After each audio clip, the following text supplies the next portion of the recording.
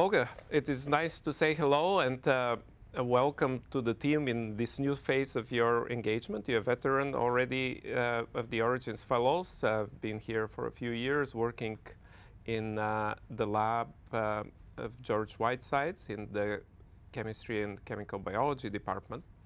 There is a lot of new results from your research, and so we'll go to that. But tell me, you grew up in Kamchatka, surrounded by volcanoes and geochemistry with your parents. But what exactly did you find fascinating about the big question of the origins of life? What did get you started in that? I guess I read a lot of science fiction as a kid. This was the first thing.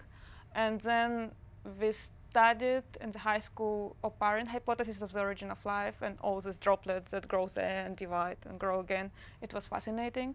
But what was the turning point was my bachelor's and master's in Mexico, when I worked in bioinorganic chemistry with Professor Yatsimirsky.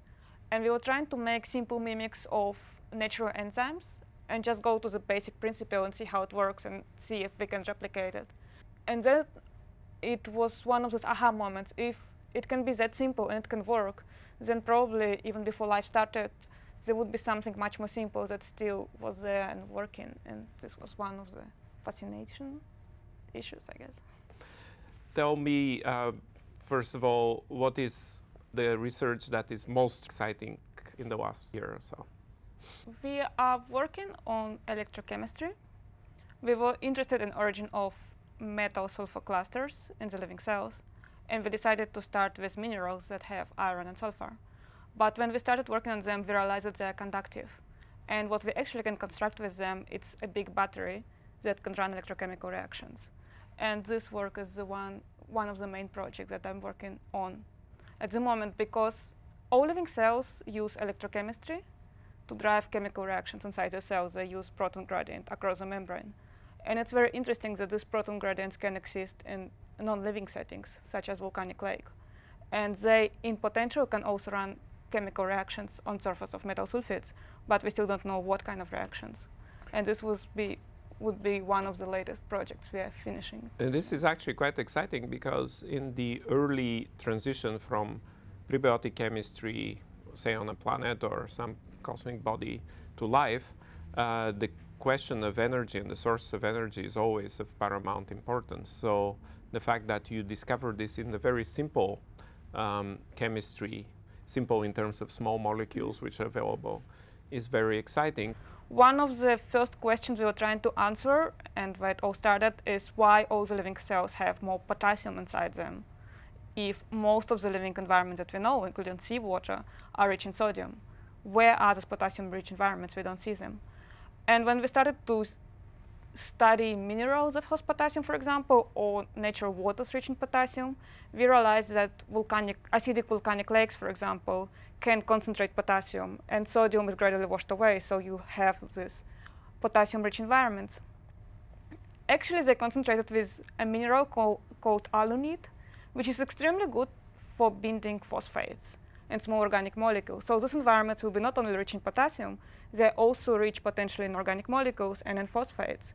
And since they're volcanic settings, you have metal sulfur clusters around. So you have all the components that we know that are important for origin of life concentrated in one setting. We don't know exactly if it's the right starting point to do it, but it looks very promising. So what are the kind of experiments that would be useful to further this research in trying to establish how the mechanism for potassium concentration works?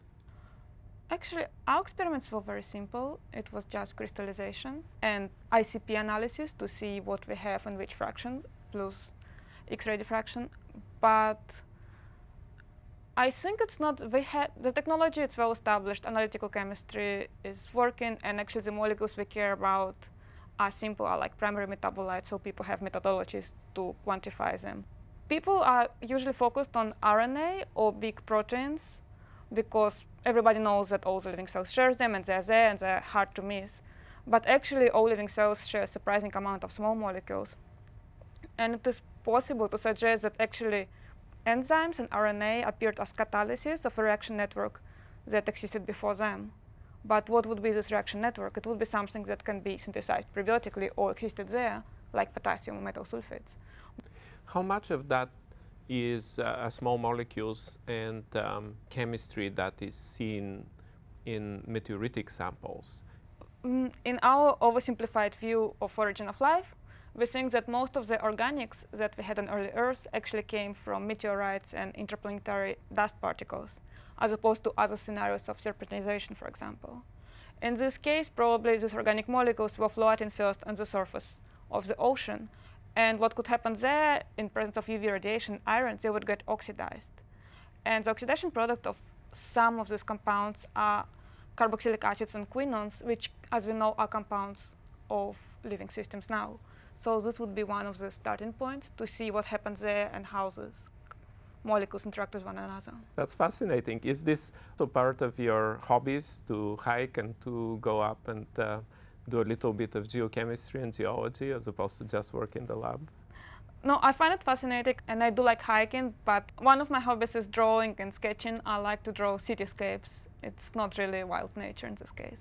That's fascinating, from the very wild volcanic landscapes of Kamchatka and Mexico to the sketches of a city like Boston. Thank you very much, and welcome again to the Harvard Origins team, and we're looking forward to hear more about this exciting research, Olga. Thank you. Thank you.